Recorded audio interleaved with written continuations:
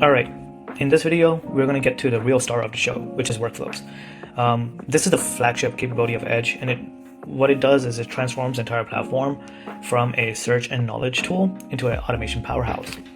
Now, in order to get to the workflow page, you just go ahead and click on the second icon, which is the workflows. You'll be landed here, and immediately my screen might be different than yours, but let me help you navigate this. On the top left, you're going to see various different navigation points. The default view is all workflows.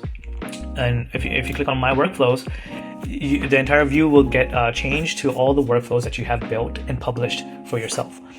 And then the third tab here is templates. And these are all the workflows that the Edge team from us, we have pushed towards as a template that is ready to be used.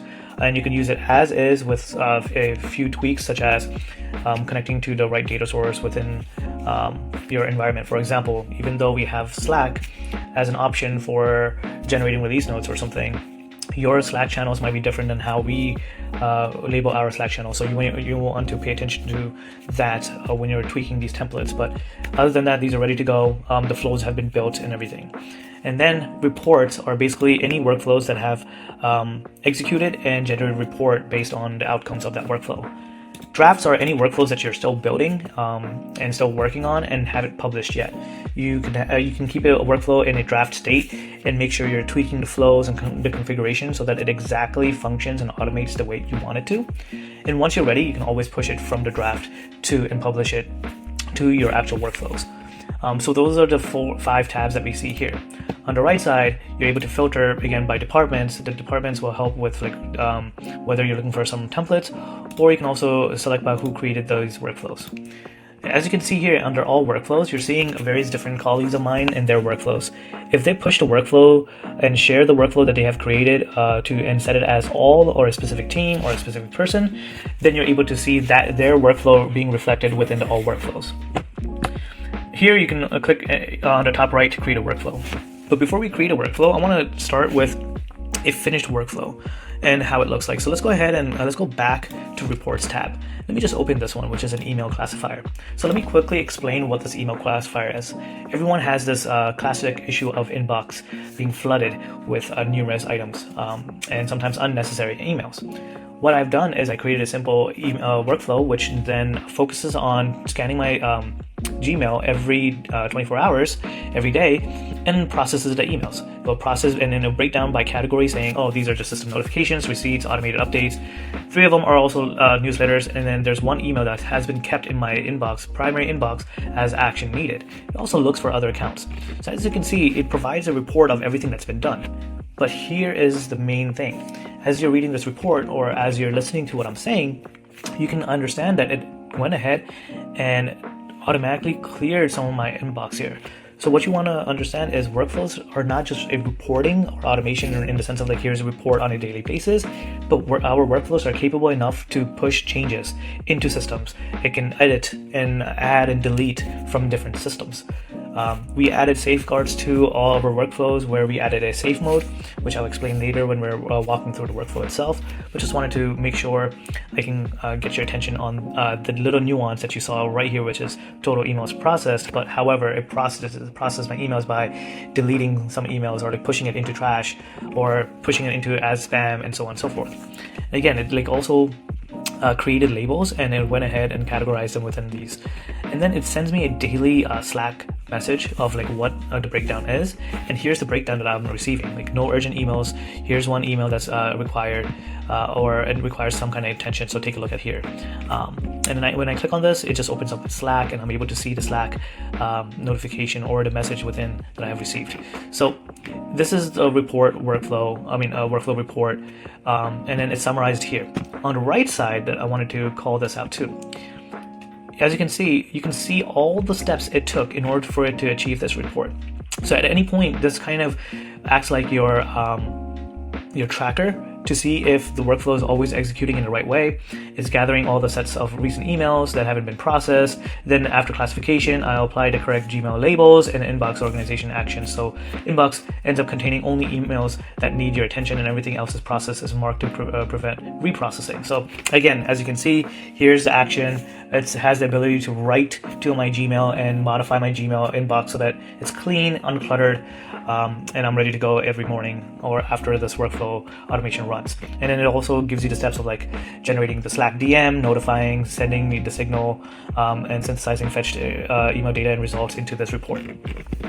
On the top above it, you'll see all the references it used. So you can see all the emails that it looked at, and as reference in regards to like processing this 41 emails.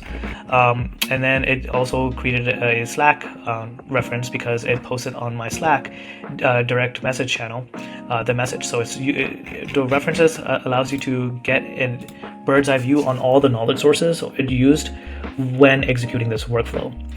Another thing you will notice here is there's an ask anything about this report.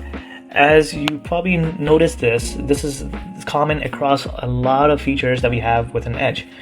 We strive to make everything chattable, from meeting transcripts to clips that you record. If you haven't seen those videos, you can go ahead and see those, to documents that you're searching for. You're able to ask follow-up questions.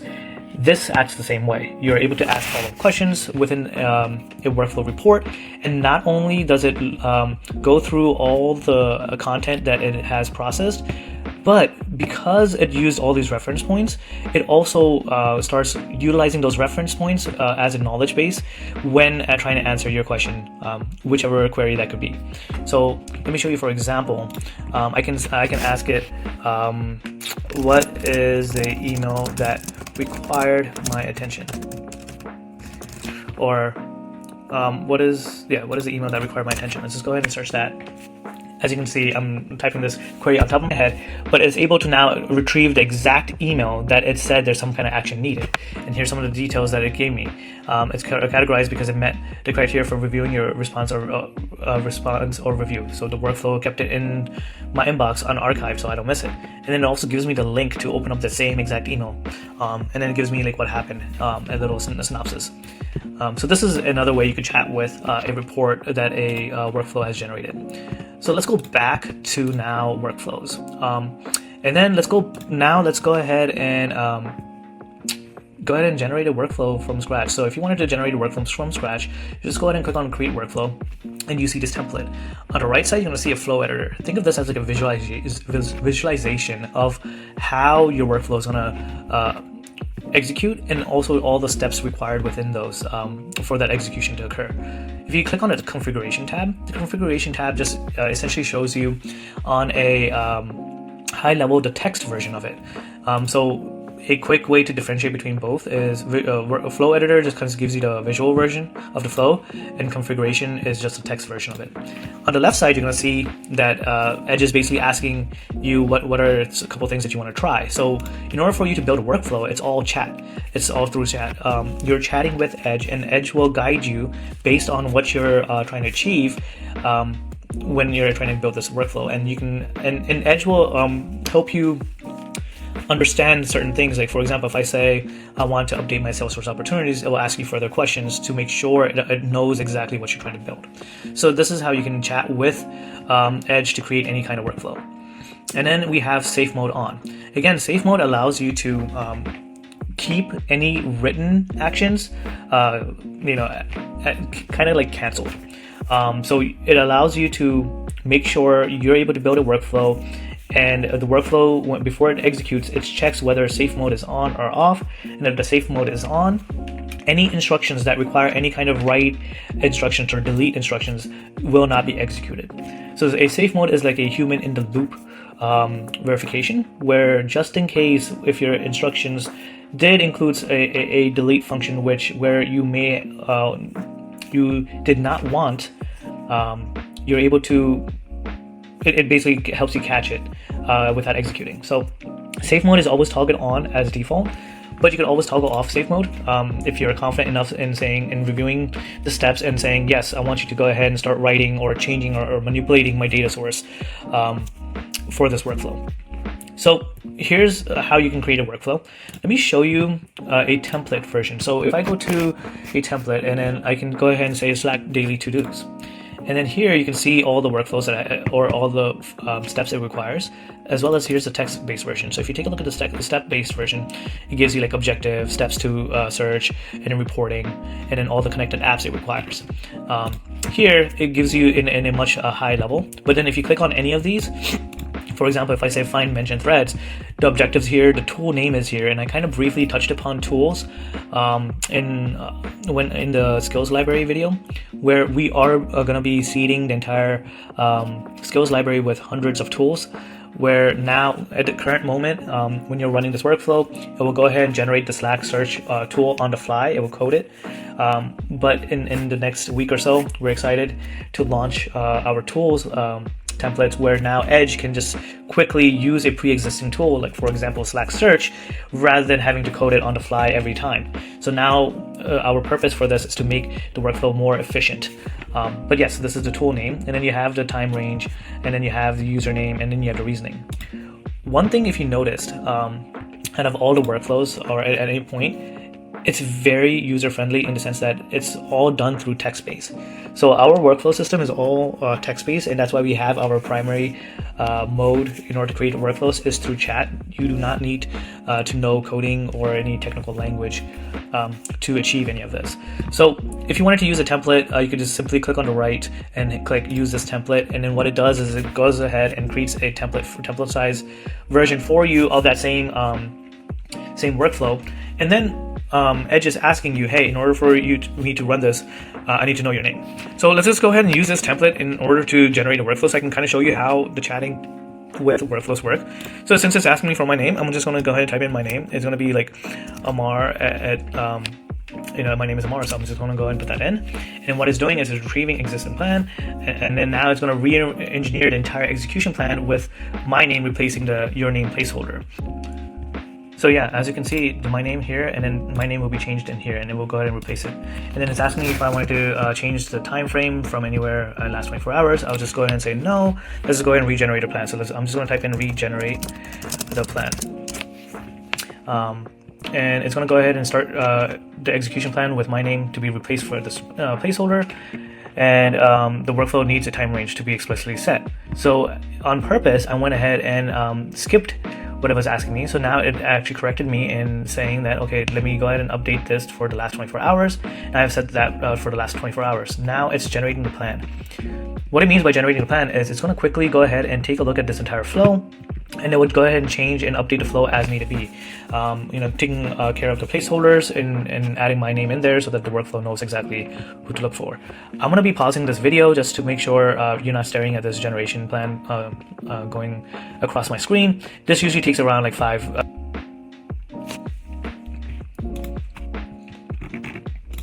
Okay, so now we're back. As you can see, the plan has been generated, and you can see my name has been added here as Amar right here as well. So it updated the entire workflow, and it also mentioned here's what it's going to do.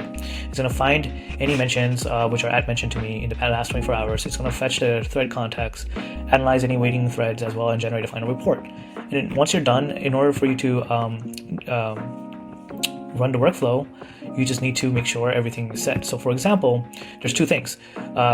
What Edge is telling us is since this workflow will span a broad scope, which the scope here is any channel within Slack. So we have multiple channels.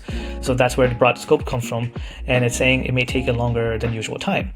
Also, it's asking us to turn off the safe mode to continue, because we're asking it to now create any message excerpts that require and scannable report where direct links can be put on. So once you hit uncheck off the safe mode, you will notice that on the right side, the test workflow button is now executable. So once you click on that, you start seeing the entire workflow execution log occur, and then the entire workflow being executed based on the generation plan. Just for this video purpose, I'm not going to sit here having you guys go through this entire thing. What I would do is I'm going to go ahead and show you one of my reports that I've been working on, and that's the SFDC task activity monitor. So as you can see, when the plan is done, it will give you a report of what has been done, and then again the deep research steps that is completed, also the sources that it has produced. Here you can kind of double check the work and make sure like everything is perfect, exactly what you need, and then you can also make sure the workflow has executed properly. Then you have two options. If the workflow did not execute properly, you can edit the AI plan. When you click on the edit AI plan, you get pushed back into the configuration mode of the workflow, and then you can start chatting with the AI based on exactly what needs to be changed. Let's say if you need to change one task, you could just simply say, hey, instead of fetching the past 30 days, can we do it the past 60 days? So on and so forth. And then if you go back here, if you like what you see and it's working flawlessly, you can just publish workflow. When you click publish workflow, it removes it from the draft folder and puts it into your workflow folder. Published workflows are a way for you to have a peace of mind knowing that you tested this workflow, it works, all the steps are accurate, and then now you can just reuse this workflow or schedule it in any way you want. That brings me up to my next point, scheduling. So if you ever wanted to schedule this workflow, you can always go and edit the schedule. You can now have it start running on a daily basis, weekly, every day, monthly. Or you could just remove it from a schedule. How do you know if it's in a schedule? If you see this icon right here, it has a little time icon. You can kind of see that this runs on a daily basis at 7 a.m. That's how you can identify which workflows are on a schedule basis. Also, if you wanted to edit this and then you want to set the visibility for all, you can go ahead and do that. You can also duplicate this workflow if you wanted to create a secondary workflow with the same steps. Rather than starting from scratch, you can duplicate the workflow and then tweak the workflow as needed be with the right instructions so that it executes properly. You could also copy this workflow and share it with someone where it would just end up they would just see the workflow on their screen. So that's the workflows here. Again, as I mentioned, Workflows is very robust. This is our flagship that we built, and it's very, very powerful in making sure automation occurs across all your data, as well as all the tasks that you have. So I'm just gonna sum up exactly what we covered in this video. I know this is a longer video than most. So we looked at what reports look like when workflows are completed, how to view workflows as flowcharts, how to view workflows as text instructions, how to interact with them by chatting and building the workflows, and how to ask questions about workflows using the chat bar. So let me actually touch upon that. Again, what I mean by chat bar is when you open up a report and you see this is the chat bar. Since we have a lot of chat systems everywhere, it's easy to get confused between the chatting to build a workflow versus chatting to with reports. So I just want to clarify that. So in the next video, we'll go ahead and touch upon different features of Edge.